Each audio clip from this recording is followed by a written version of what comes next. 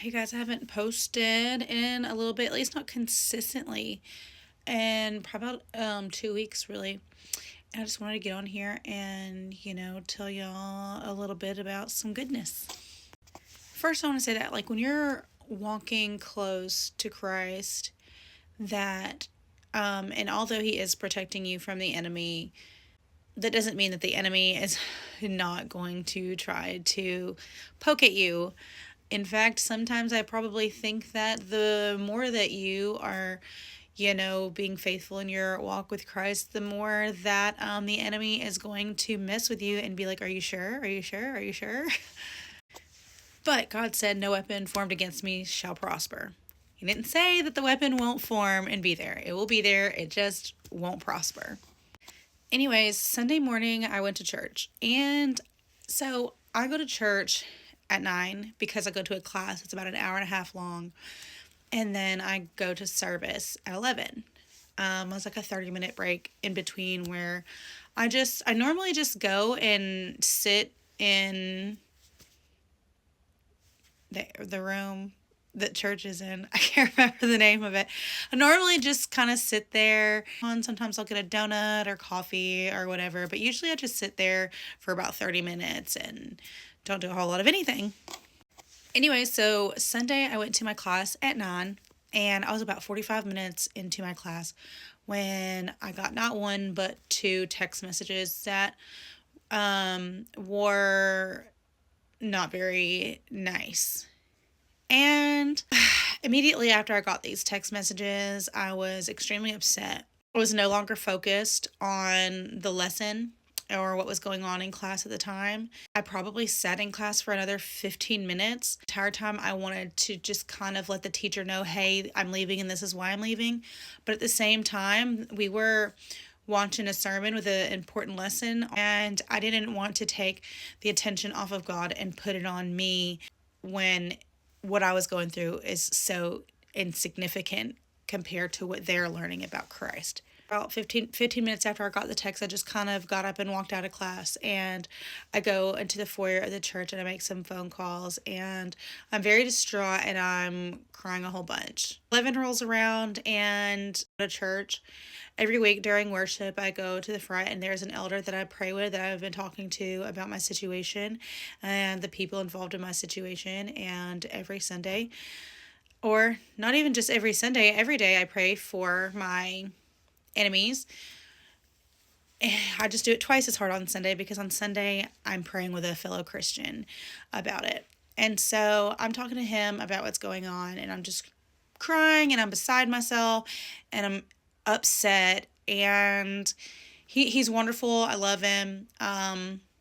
Anytime that we have prayer time, I always seek him out because he always has the right words. He's interested in what I have to say and what I have going on. Even if I choose not to walk up front and pray with somebody that Sunday, he will seek me out and see how I'm doing. And I really appreciate him for that. After prayer, I go back to my seat and I open my Bible app, and my Bible app has like an inspirational like saying. It's not really a quote, but it's like an inspirational sentence every day. And I'm not going to share with you what that inspirational sentence was because it's going to upset the enemy. But I can just say that it was reassuring to the full extent that it could have possibly been at that time and for what I was going through. The sermon that day was over the story of Joseph and how Joseph had a dream and he had told his brothers about this dream. And basically, the concept of this dream was that one day his brothers would bow to him, like he would rule over them. And like his brothers were kind of angry and annoyed and mocked him. And a lot of people in Joseph's life kind of mocked him and stuff. But Joseph knew that, one day, he knew that this was a message from God. He knew that one day his day was coming. He just didn't know when. And it turned out to be 25 years later that Joseph was made ruler over people, including his brothers. But up until that point, Joseph went through many hardships.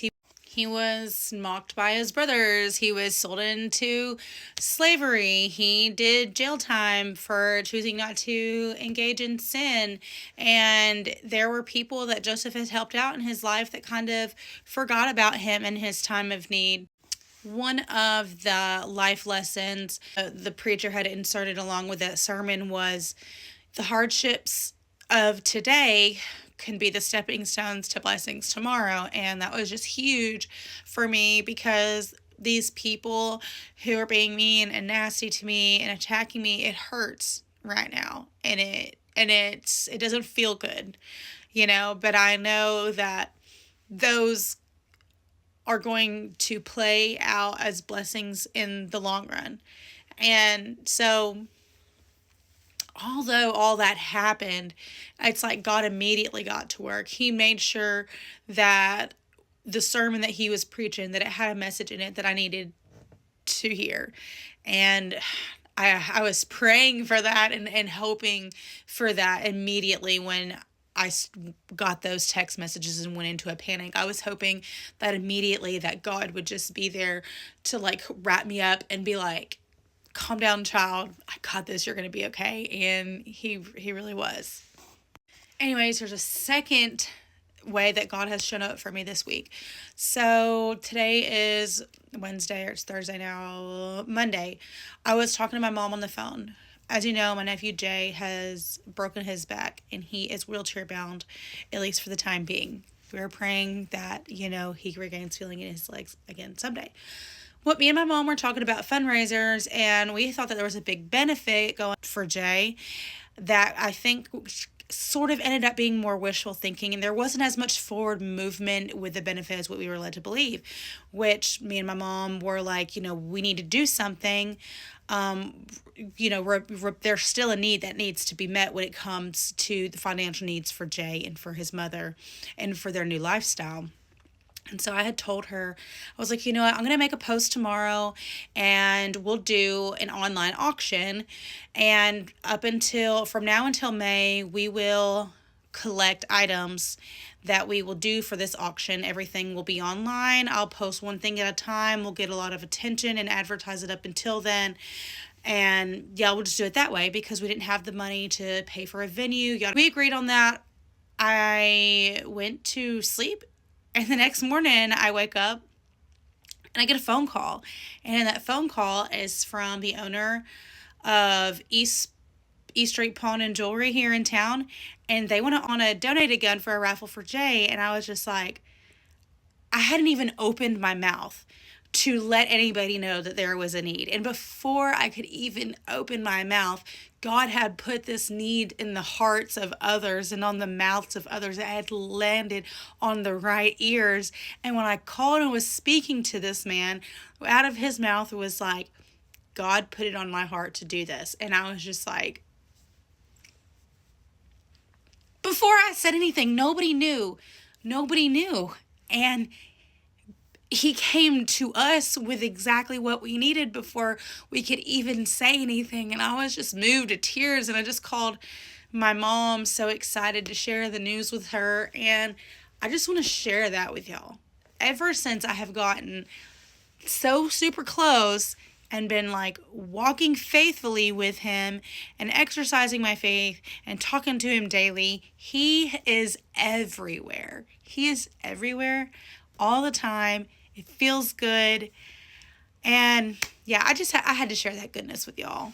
Anyways, until next time, I don't know when I'll post again. It might be a while, maybe it won't be, but I've been busy lately. I love y'all and miss y'all.